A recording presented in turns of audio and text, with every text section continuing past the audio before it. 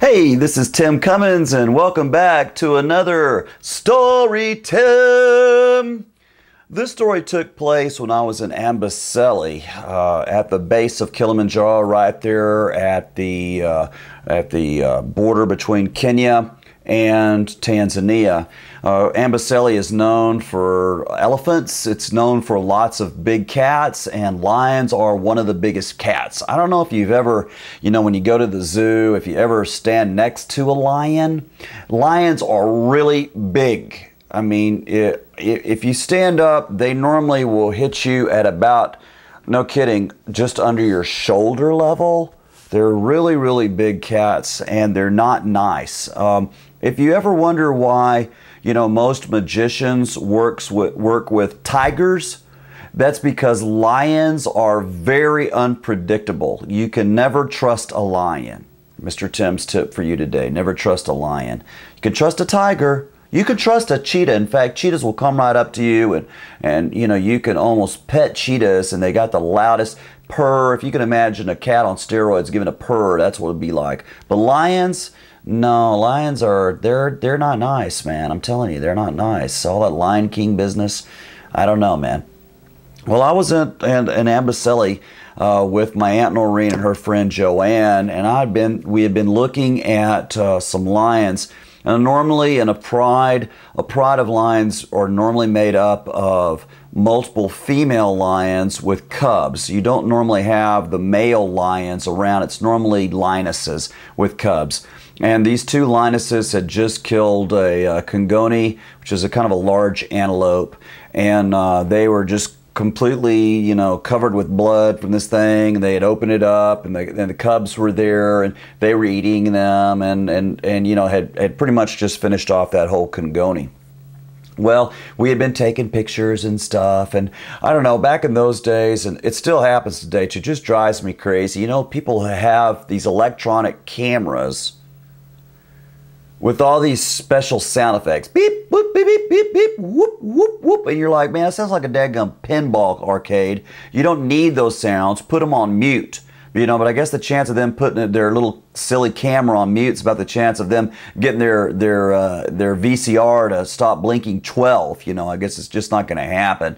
So we were in this little Peugeot 504, and I was with Joanne and Noreen. We had just left the lions, and we were going to check out some other animals. I had seen some elephants, and we were going to go back in this thing. Now, this was not actually the rainy season. It had dried out some, most of Amboseli, but there were areas of it that looked like kind of like swamps. So it looks dry on the surface, but when you actually drive onto it, your car sinks down. And so we had gotten down into this area, and we were maybe 30 yards from the two lionesses, and they had maybe 8 cubs.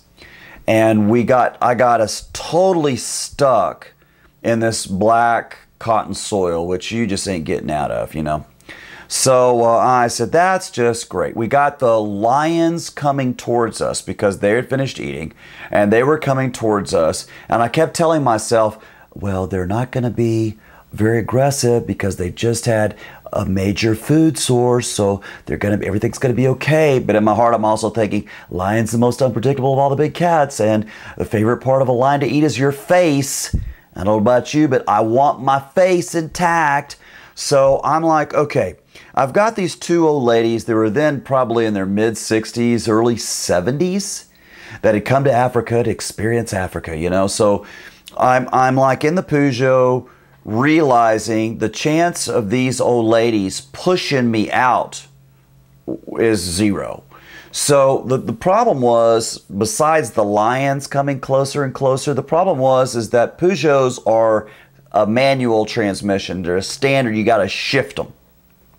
Now, Joanne was like, I've never driven a standard shift. And Noreen was like, I don't think I could drive it either. And I'm like, well, we got to do something, ladies, because the lions are coming and we're completely stuck. So I got my Aunt Noreen up into the front seat, and I said, listen, here's how you got to do it. I want you to, I've got it in reverse, so I'm going to push as hard as I can, and I want you to let the clutch out. The clutch is the one that you're pushing out with your left foot. I want you to let it out very slowly. And of course, she gets it out there, and the car jumps like this, and of course, you sink down even further. And again, I'm looking over here, the lionesses are coming closer and closer, and you know, they're getting even, they got to look at me like, we've got children, you know, we don't really want to eat you, but I might as well mess you up, you know. So I'm like, oh, this is just beautiful.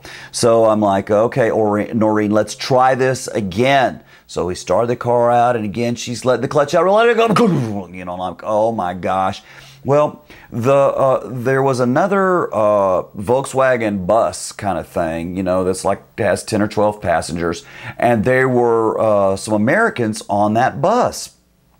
And so they had been with us taking pictures of the line. They saw my predicament. So I'm yelling at the driver, "Hey, Buana, man, we are stuck. Come and help us." You know, and the driver was like, "Don't you know the road is slippery there? You can't drive that side." And I'm like, "Buana, of course I don't know that, because if I knew that, I would have gone over here. Please, you got to come and help." And the safari guy was like, "We are not going to come and help you like that. We could get stuck too. There's lines coming. No, you're just going to have to deal with it yourself." Well, fortunately, as I said before, the van was full of American tourists.